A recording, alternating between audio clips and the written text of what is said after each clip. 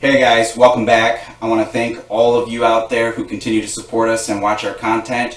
We got some brand new stuff coming up, and I want Steve right here to go ahead and explain our new content for you guys. Absolutely. We want to reward your patience with us with some fantastic content. We've got some great new episodes coming up, including an investigation into a man who disappeared 74 years ago and hasn't been seen since. We're also going to be looking at an unsolved homicide case from Phoenix, Arizona from 1997, which, as it turns out, I have an unexpected personal connection to. And for those of you who are more interested in the paranormal, we've got more paranormal content coming too. So more of everything you guys like and expect from World of Enigma is coming. Thank you for your support, your patience, and don't forget, like, subscribe, and share our channel with your friends. See you guys soon.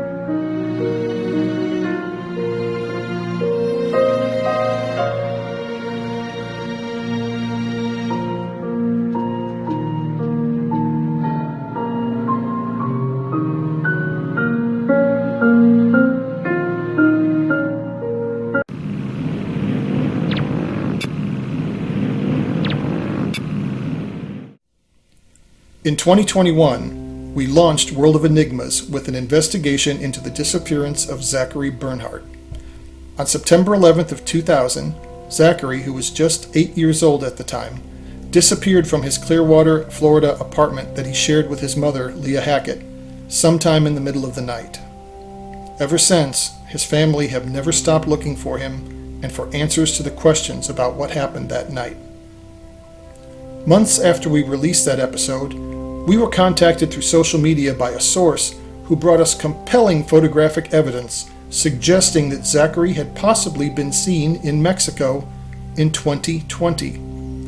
These photos show a young blonde Caucasian male who was reportedly traveling through Mexico. The young man told people in the area that he was from California. They noted that he seemed a bit confused, begged for money for food, and would hide when he heard an approaching vehicle. Zachary was just 8 years old when he disappeared in 2000, which means he was 28 in the year 2020. The National Center for Missing and Exploited Children periodically releases age-progressed artists' depictions of what they think a missing child might look like today. When we compared the photographs of the man in Mexico to NCMEC's age-progressed image of Zachary Bernhardt, well, see for yourself. We immediately contacted Zachary's family and gave them everything we had on the man we started calling Mexico Man. We reasoned that the Clearwater, Florida Police Department would be more receptive to receiving this information and photos from the family than from us, since the CPD has never bothered to respond to any of our attempts to communicate with them about this story. We continued to dig and probe for any more possible information about Mexico Man, and our efforts led us to social media groups with names like Americans Missing in Mexico. Several of these groups and pages were in Spanish, which wasn't a problem for us to translate. But in exploring these groups, we did learn a little bit more about Mexico Man, who he might be, and where he might be now. One report stated that locals had seen the man in the Chihuahua area for at least a year, and described him as being approximately 5 feet 9 inches tall, with blue eyes and blonde hair. On May 20th of 2020, Mexico Man told a local man in the community of San Miguel in the city of Ocampo, which is in Coahuila State in Mexico, that he was going to an area called the Enchanted Mine. He reportedly also told locals there that he didn't want to be found and didn't want to return to the U.S. because he had no family and was deceased. He reportedly also camped at the front of a driveway that led to a ranch. Ranch hands working there reported giving him blankets and a pillow, and that when they left, he walked to the ranch, prepared himself some food, took nothing, cleaned up after himself, and then left. Mexico Man was seen again on May 29th going through Gregorio Garcia towards Laguna del Rey, which is in the same general area of Ocampo. Some reports state that he told locals he was going to South America. Some 2 years later, in early 2022, an American man with blonde hair and blue eyes was photographed in Guadalajara, Mexico. He looks like he could be Mexico Man, but is considerably thinner and perhaps older. This man stated that he was from California and had a family, but he had nothing to do with them. He also stated that he doesn't remember who he is. Could this be the same man? Their stories and general appearance are similar, and excessive weight loss can make a person look older. If they aren't the same man, then we have a double mystery on our hands. But that's just the beginning of things, because Zachary Bernhardt's family isn't the only one looking for answers.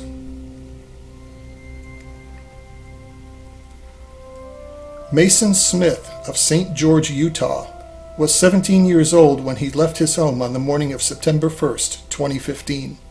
His parents believe that he was walking to school, but Mason hasn't been seen since.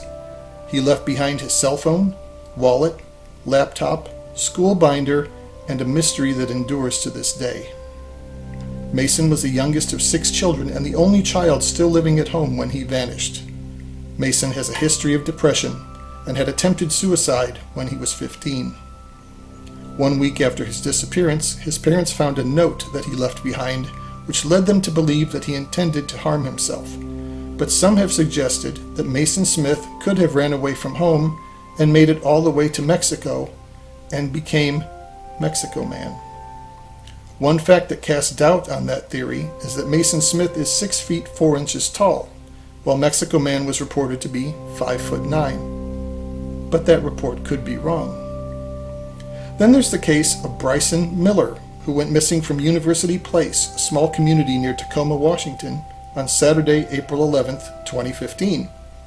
He was 18 years old at the time, and Bryson is 5 feet 8 inches tall, with blonde hair and blue eyes. He could be going by the name Jack Rooks or Jason Rooks. Could Bryson Miller be Mexico Man? Before you answer, consider the case of Max Watson of Hood River, Oregon. He was 30 years old on December 18th, 2018, when he parked his van at a friend's ranch, leaving his passport and wallet behind, and got into a silver gray car with a young, unknown Caucasian couple. Max, an avid hiker, intended to hike to El Picacho in the Sierra de Laguna mountain range in Big Sur, Mexico. Max had been going to Mexico with his family every year since childhood. When he didn't return by December 27th as planned, a search was initiated, but despite tracking dogs picking up his scent on a trail for a few hours, Max was never found and remains missing. Could Max Watson be Mexico Man? Confronted with all of this information, and left with just as many questions as we had when we started, we reached out to Underground Mysteries for help. Underground Mysteries specializes in gathering information about underreported cases of missing persons and disappearances. While we were unable to record an actual interview with them for this program, we can share with you the information they provided to us. In their opinion, the young man seen in Ocampo in 2020 is not the much thinner man that was seen in Guadalajara 2 years later. They feel confident in making that assertion because they say they've been able to identify the younger man. That's right. They say they know who Mexico Man is.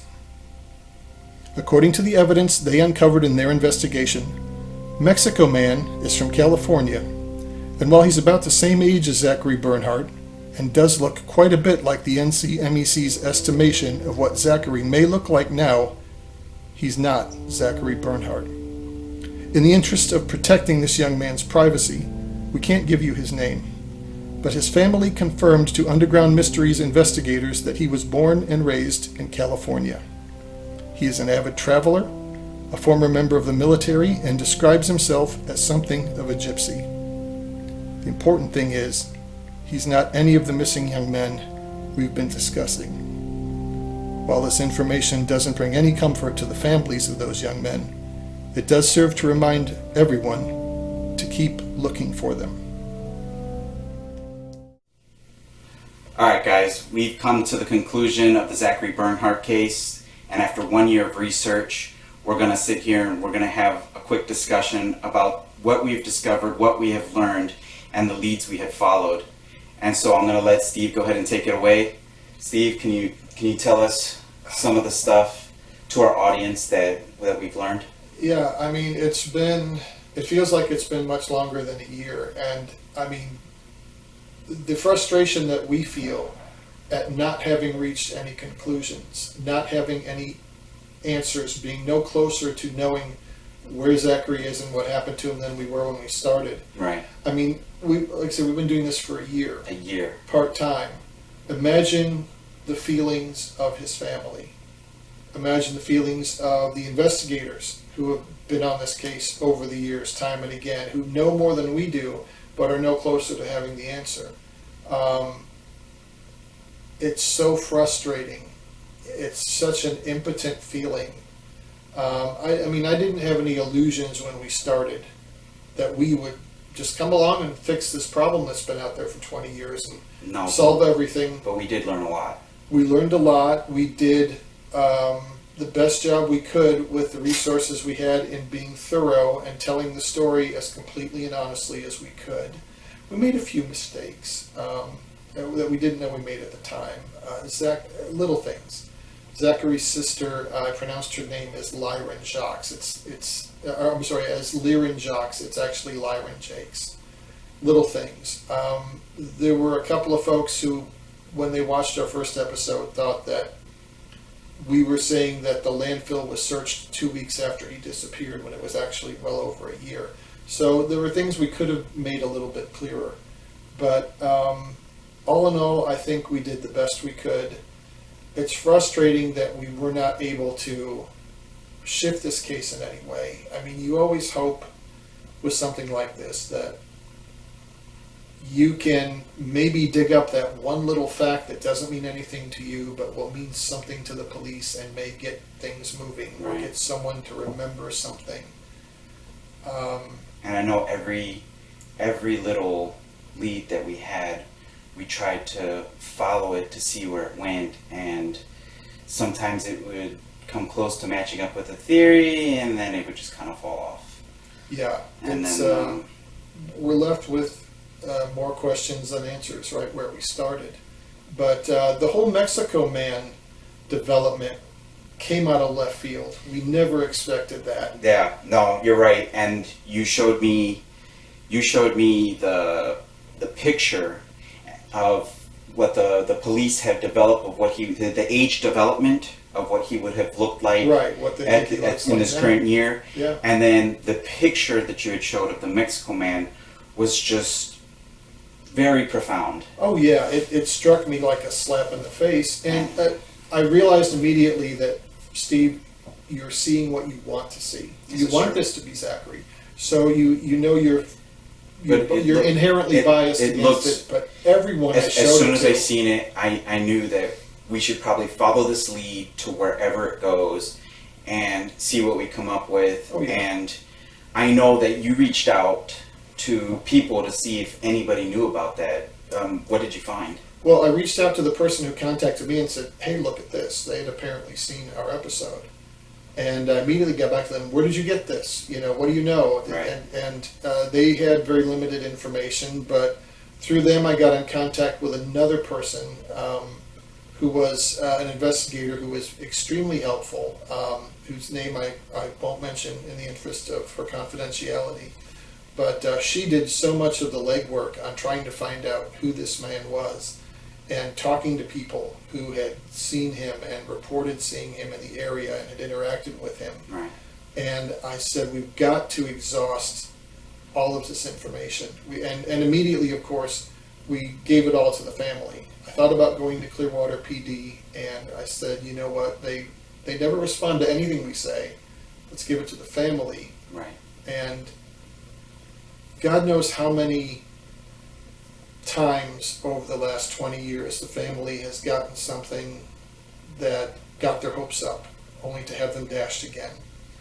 I'm sure you get hope exhaustion after all these years, and I mean, I almost it makes you feel like you want to give up, but then you don't want to at the same time because you want to cling to some kind of hope. Yeah, I almost didn't want to share the pictures and the information with them until we could get a definite answer on who Mexico Man was, but I thought, God, no, I've got to, if this is him, they've got to see this. Right. They've got to, hopefully, and I don't know if I know I did. would have.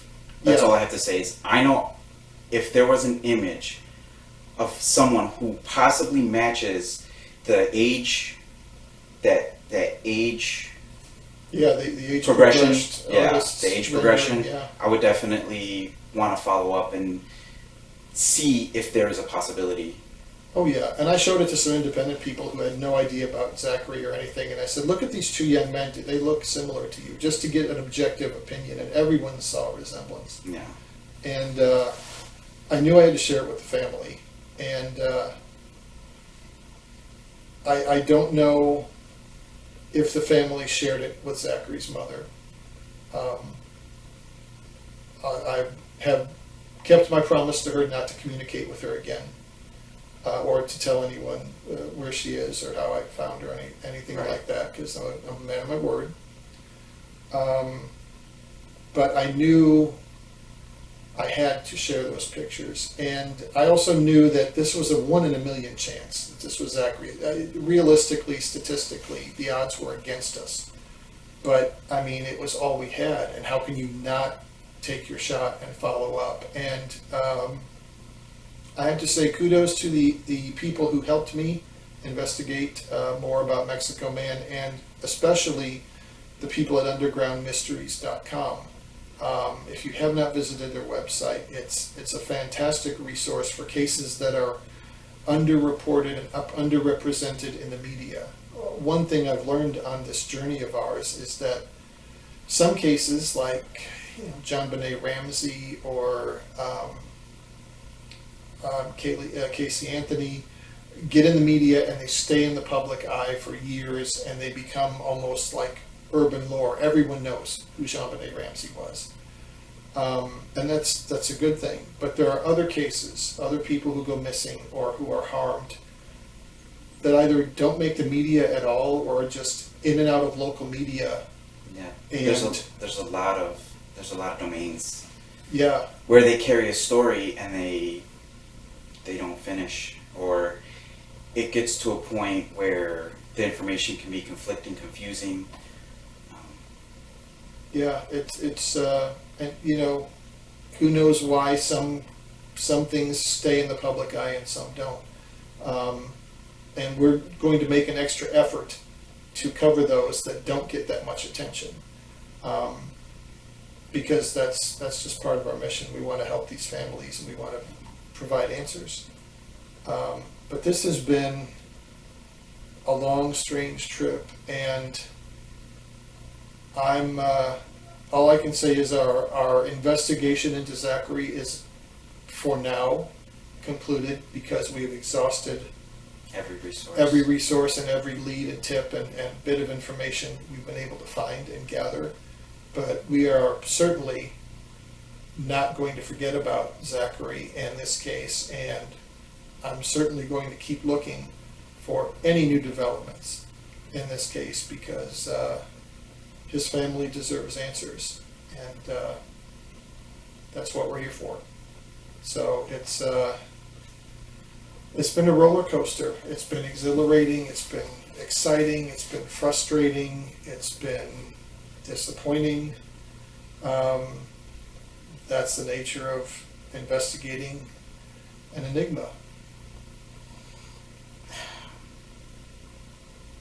After 22 years, the search for Zachary Bernhardt continues.